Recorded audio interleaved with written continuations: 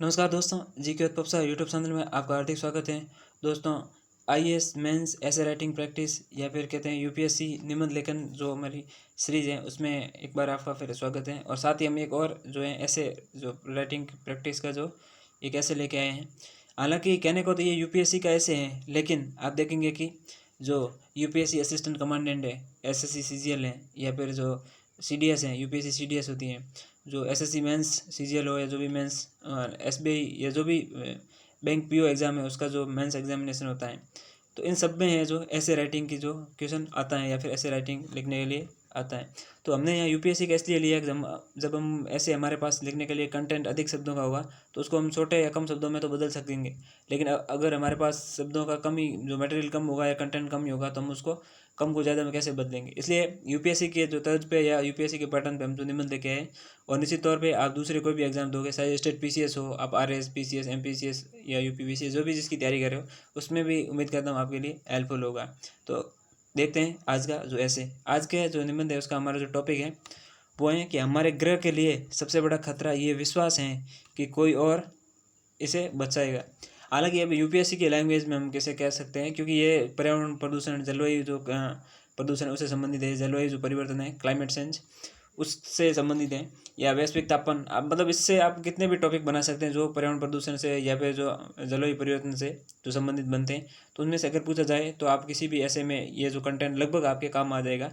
ये यूपीएससी के जो शब्दों का जो हेरफेर होता है, कहते हैं खासकर जो सिविल एग्ज़ाम होते हैं, या फिर हम उसको कह सकते हैं कि जो भी या आईएएस हो या पीसीएस हो या फिर जो भी रिटर्न फॉर्मेट के एग्ज़ाम हो जिसमें मेंस लिखना होता है, वो शब्दों का ही खेल होता है, क्वेश्चन वही होते हैं।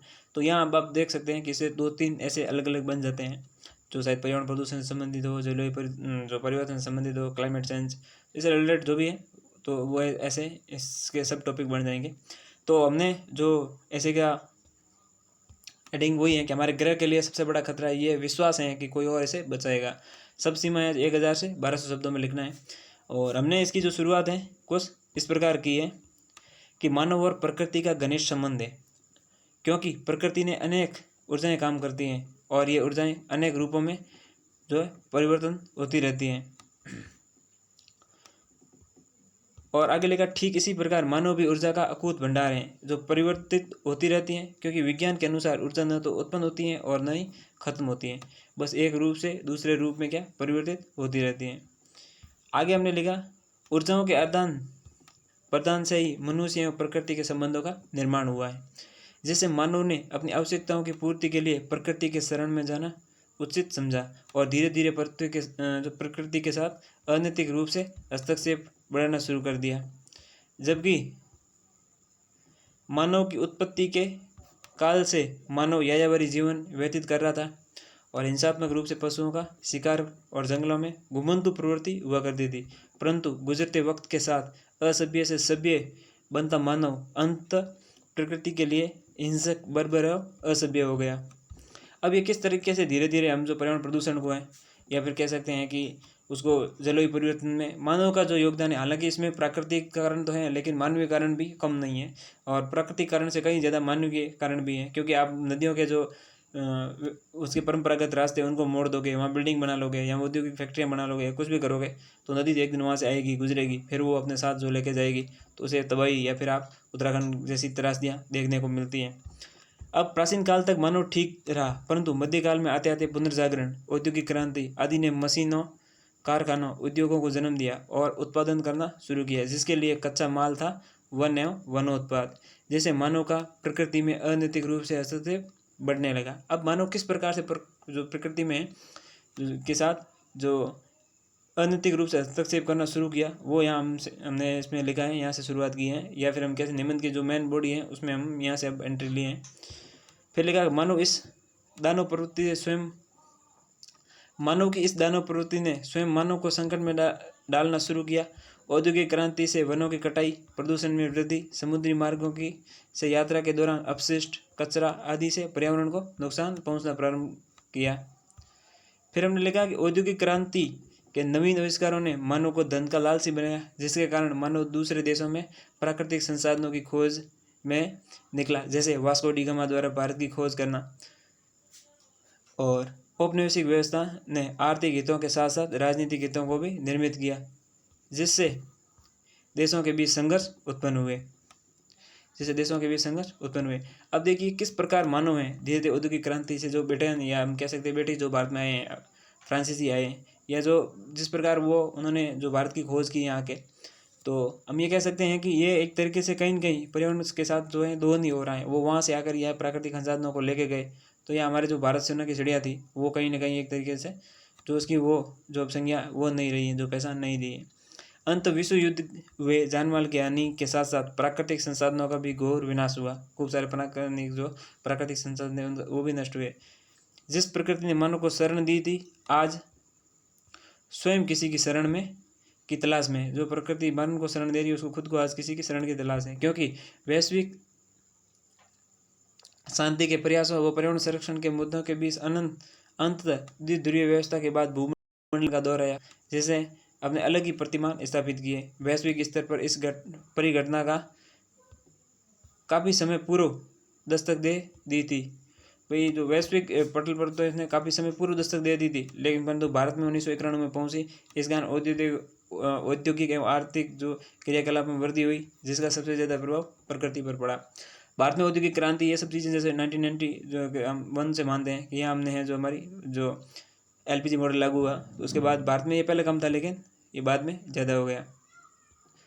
फिर आता है कि 21वीं सदी की शुरुआत बढ़ते वैश्विक तापमान, पिघलते हिमनद, सुनामी, बाढ़, सूखा, ज्वालामुखी, भूकंप आदि प्राकृतिक और बहुउद्देशीय परियोजनाओं, परमाणु परीक्षण, बांध एवं पुल निर्माण, अवैध निर्माण, जंगलों की कटाई, नदियों के प्राकृतिक मार्गों को परिवर्तित करना मानवीय कारणों से किया। मतलब 21वीं सदी की शुरुआत है जो मानवीय इन विभिन्न कारणों से किया, और साथ ही मानव द्वारा प्रकृति के साथ किए गए अत्यधिक हस्तक्षेप ने प्राकृतिक आपदाओं को जन्म दिया, और मानवीय कारणों ने इस आपदाओं को अवश्यंभावी बना दिया, जिसके प्रकोप का परिणाम निर्दोष लोगों को भी भोगना पड़ रहा है। अब चाहे कार्बन का उत्सर्जन चीन अमेरिका करे या कोई भी करे, लेकिन भारत जैसे अफ्रीका जैसे जो अविकसित विकासशील देश हैं, उनको भी इसका जो परिणाम भुगतना पड़ रहा है। वैश्विक तापमान जो बढ़ रहा है, तो वो सबको उसका असर देखने को मिल रहा है। अब यहाँ हमने गांधी जी का कोट भी लिखा कि प्रकृति के पास मानव की आवश्यकता पूर्ति के लिए साधन है, परंतु उसकी लालसा के लिए नहीं। महात्मा गांधी। तो ये भी हमने लिख दिया, एक यहाँ कोटेशन डाल दिया बीच में ऐसे के। फिर हमने लिखा यहाँ पे कि वर्तमान में भी विकसित देशों द्वारा पर्यावरण संरक्षण व जलवायु परिवर्तन के मुद्दों को गौण समझना और वित्त पोषण न करना, मतलब बहुत कम कहा जाता है कि वो पर्यावरण प्रदूषण जैसी चीज़ ही नहीं है। अमेरिका के पूर्व राष्ट्रपति डोनाल्ड ट्रंप तो कह रहे हैं कि ऐसा कुछ है ही नहीं, पर्यावरण या क्लाइमेट चेंज कुछ नहीं है। आज चीन, अमेरिका, ब्राज़ील, अमेजन के जंगलों में आग, आपको बताएं पहले अमेजन क्या है, पिछले साल अमेजन के जंगलों में आग लगी थी। ऑस्ट्रेलिया के जंगलों में आग लगी थी। प्राकृतिक आपदाओं को दंश झेल रहे हैं, ये हम देख भी रहे हैं, प्राकृतिक आपदाओं के जो दंश झेल रहे हैं। ग्रेटा थनबर्ग जैसी 16 वर्षीय स्वीडिश पर्यावरण कार्यकर्ता द्वारा UN पर्यावरण सम्मेलन में संबोधन करना कि हाउ डे यू, आप ऐसा कैसे कर सकते हैं। तो ग्रेटा थनबर्ग ने कहा हाउ डे यू, आप पर्यावरण संरक्षण और जलवायु परिवर्तन पर ध्यान क्यों नहीं दे रहे हैं। ऐसा हमने क्वेश्चन लिख दिया, इसमें एक ये भी स्टेटमेंट लिख दिया, तो कहीं ना कहीं थोड़ा ऐसे में तो एक कहते हैं ना थोड़ा वजन आ जाए थोड़ा शब्दों में, या फिर कंटेंट में भी लगेगा कुछ ठीक की या ढंग की चीज़ें लिखी गई है। इसी प्रकार अफ्रीका के सारा मरुस्थल का गर्म होना, विभिन्न तटवर्ती देशों का हिमनद के पिघलने से डूबना, असमय वर्षा, ऋतुओं के पैटर्न में परिवर्तन होना।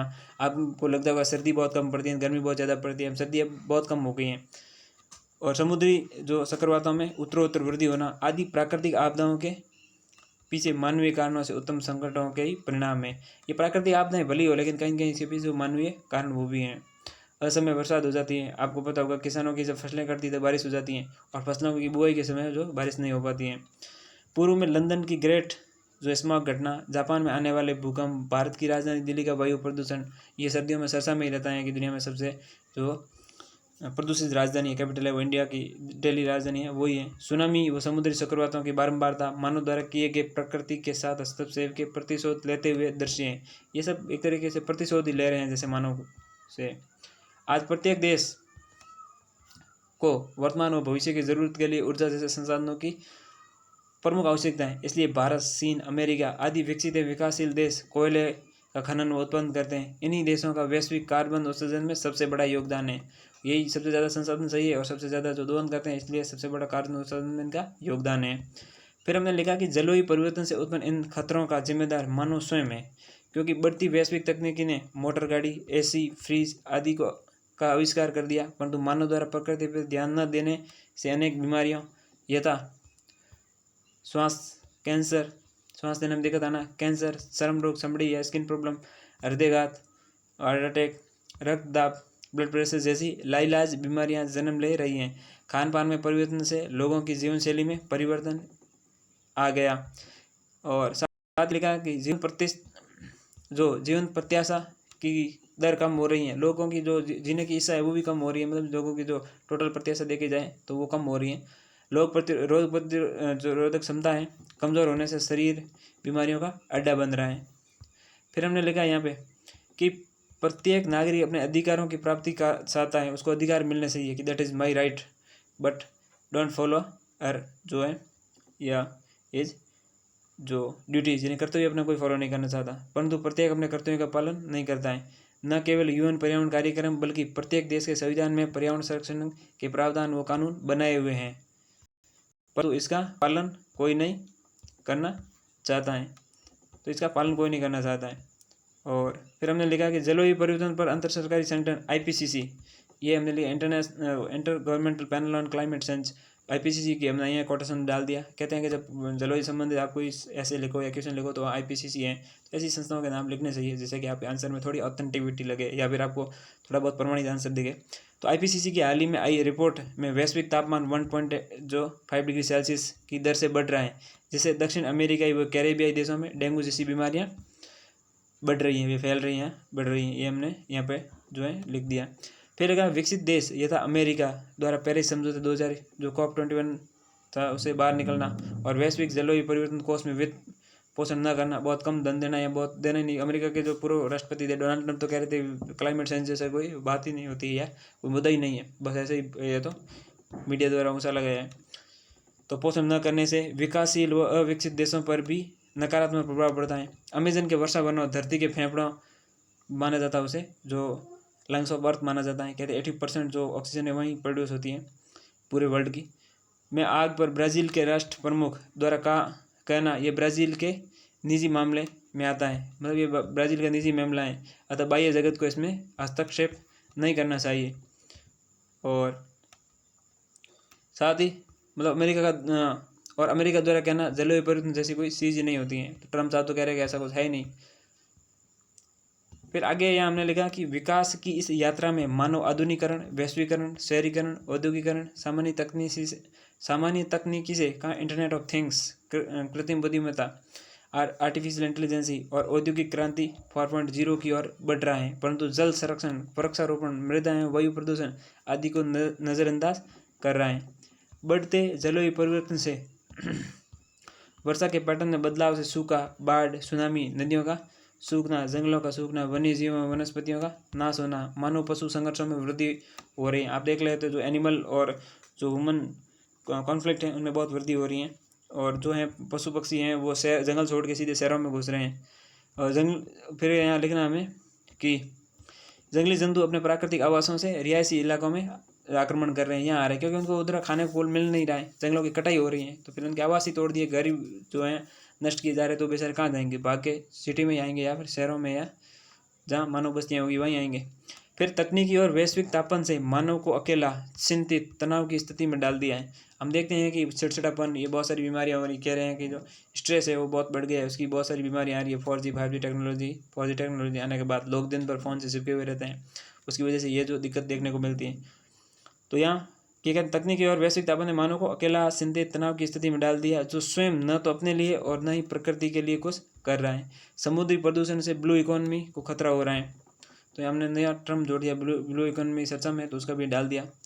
और फिर हमने यहाँ लिखा कि समुद्री जीव जंतु, जैव विविधता, कोरल रीफ्स होती हैं आदि को नुकसान पहुँच रहे हैं। भारत की राजधानी में वायु प्रदूषण वैश्विक रूप से चर्चा का विषय बन गया है, परंतु इसके समाधान की कोई सुनियोजित रणनीति सुझा नहीं रहा है। फिर हमने लिखा अतः प्रकृति पर बढ़ रहे वैश्विक तापमान, पर्यावरण प्रदूषण आदि से बचाने की पहल कोई नहीं कर रहा है, बल्कि सब एक दूसरे के भरोसे बैठे हैं। यही मतलब मेन जो हमारे जो ऐसे में एक तरीके से वही इसका एंड है पूरा। यहाँ जो रिफ्लेक्ट हो रहा है आंसर में, ऐसे का जो मेन क्रक्स हैं वो हम कह सकते हैं। यही पूछना चाहता है कि मतलब सब एक दूसरे के भरोसे बैठे हैं, कोई यहाँ जो पहल नहीं कर रहा है, इनिशिएटिव नहीं कर रहा है। तो इस तरह निरंतर अनिर्णायक रहने की स्थिति बहुत अधिक गंभीर हो सकती है। सोचता है हम नहीं करेंगे, वो करेगा, ऐसे करने के कंडीशन में बहुत क्रिटिकल सिचुएशन हो जाएगी अंत। इसलिए प्रत्येक व्यक्ति को अपना कर्तव्य समझकर प्रत्येक देश की सरकार को अग्रसक्रियता दर्शाते हुए, प्रोएक्टिविटी जो है वो दर्शाते हुए जलवायु परिवर्तन से निपटने की रणनीति बनानी चाहिए। केवल जो कानून बनाने से कुछ नहीं होता है, उसको इम्प्लीमेंटेशन में लाने या खास करके उसके जो क्रियान्वयन पे ध्यान देने की जरूरत होती है। यूएन पर्यावरण कार्यक्रम IUCN, international union for conservation of nation, इसकी फुल में संयुक्त राष्ट्र संघ आदि वैश्विक संस्थाओं को मिलकर सभी देशों पर दबाव बनाना चाहिए, जिससे देशों द्वारा जलवायु परिवर्तन से पृथ्वी को हो रहे नुकसान के लिए बेहतर नीतियों का निर्माण कर उसके क्रियान्वयन पर बल दिया जा सके। और साथ ही और मतलब क्या किया जा सकता है, अब उनको सुझाव दे रहे हैं कि भाई पर्यावरण प्रदूषण या हम कह सकते हैं जलवायु परिवर्तन से निपटने के लिए तो विद्यालय पाठ्यक्रम तथा मानव की दैनिक जीवन से पर्यावरण संरक्षण को जोड़ा जाए।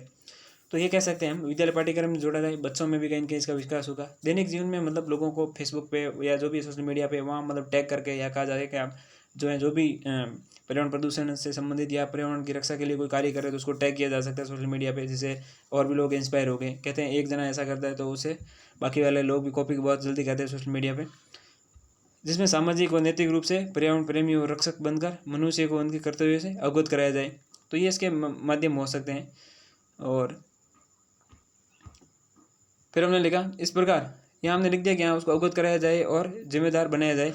फिर हमने लिखा कि इस प्रकार विस्तृत रणनीति बनाकर प्रकृति एवं मानव के घनिष्ठ संबंधों को पुनः परिभाषित किया जा सकता है और सतत विकास लक्ष्यों की प्राप्ति की जा सकती है। सतत विकास लक्ष्यों में कहीं ना कहीं हमारा जो पर्यावरण है, जो हमारे जैसे जीरो हंगर हो या जो भी हैं उन सब चीज़ों को प्राप्त करने के लिए ग्रीन एनर्जी हो, ये सारे जो लक्ष्य हैं इसी के माध्यम से हम प्राप्त कर सकते हैं। तो देखिए हमने आज के इस जो निबंध में ये देखा कि किस प्रकार जो जलवायु परिवर्तन है, पर्यावरण प्रदूषण है, जो एक तरीके से चर्चा का विषय बना हुआ है या जो है एक ज्वलनशील मुद्दा है। तो उस पर अगर निबंध लिखने को आए तो हमारे पास ये ऐसा कंटेंट हो सकता है। और भी इसमें आप हैं जो अपने सुझाव या ऐड कर सकते हैं। आपके जो भी व्यू है, पॉइंट है, वो ये शायद मेरा पॉइंट व्यू है, व्यू ऑफ पॉइंट मैं कह सकता हूँ। आप भी अपना जो पॉइंट या जो व्यू है वो ऐड कर सकते हैं। आप अगर इसमें कुछ सुझाव देना चाहते हैं तो जैसे हमें भी कुछ इंप्रूवमेंट मिलेगा, सुधार होगा, हमें भी बहुत कुछ सीखने को मिलेगा। तो ज़रूर आपका स्वागत है। बिल्कुल आप कमेंट बॉक्स में कमेंट दीजिए कि इसमें ये आप सुधार कर सकते हैं। दूसरी बात, ये भले ही UPSC के हिसाब से लिखा हुआ हो, लेकिन ये स्टेट PCS या हमारे राजस्थान की बात करें तो स्टेट PCS में भी उतना ही, PSC या PCS में भी उतना ही काम का है। साथ ही CGL मेंस एग्जामिनेशन हो या फिर बैंक PO का मेंस एग्जामिनेशन हो या फिर असिस्टेंट कमांडेंट का हो या फिर जो भी मुख्य परीक्षा होती है जिसमें निबंध राइटिंग का जो पोर्शन है या ऐसे राइटिंग है, तो स्टेट PCS या फिर UPSC उन सब के लिए हेल्पफुल है रहेगा। और उम्मीद करते हैं आज के इस वीडियो से ज़रूर कुछ आपने को सीखने को मिला होगा और कुछ नए लर्नर्स हैं या जो नए कैंडिडेट हैं उनको ये भी पता चला होगा कि UPSC में जो एक निबंध पे आता है। तो लगभग आपने देखा होगा कि ये हमारे 8 पेज में हमने इसमें लिखा है और 1000 से 1200 शब्दों में हमें इसको लिखना होता है। और हमें भी कुछ इस प्रकार ही लिखना होता है। लोग बहुत पास में लिखते हैं तो 3 पेज में ही हैं जो लिख देंगे, और 1000 2000 मतलब 1000-1200 शब्द हैं तो 3 पेज में पूरे हो जाएंगे उनके। तो इतना नहीं, थोड़ा एक हम कैसे न खुला लिखें, पढ़ने लायक हो, थोड़ा तो अच्छा पढ़ने वाले को चेक करने वाले को भी लगे कहाँ थोड़ा ढंग का लिखा हुआ है। जब UPSC अपनी कॉपी में 8 पेज का स्पेस देती है एक निबंध के लिए, ऐसे के लिए, तो हम फिर उसको 3 में ही क्यों लिखें। तो इस प्रकार ही हमें भी लिखना है। और दूसरी बात, आप जिस भी एग्ज़ाम की तैयारी कर रहे हो जिसमें मेंस आंसर राइटिंग का जो पोर्शन हो या जो डिस्क्रिप्टिव फॉर्म में एग्ज़ाम है और उसमें निबंध का पोर्शन है, तो निश्चित तौर पे ये जो निबंध लिखने में आपको इस निबंध से ज़रूर हेल्प मिलेगी, कुछ पॉइंट मिले होंगे, कुछ कंटेंट मिला होगा। तो उम्मीद करते हैं हमारे आज के वीडियो जो है आपके लिए थोड़ा या कह सकते हैं ज़रूर कुछ न कुछ हेल्पफुल हुआ होगा।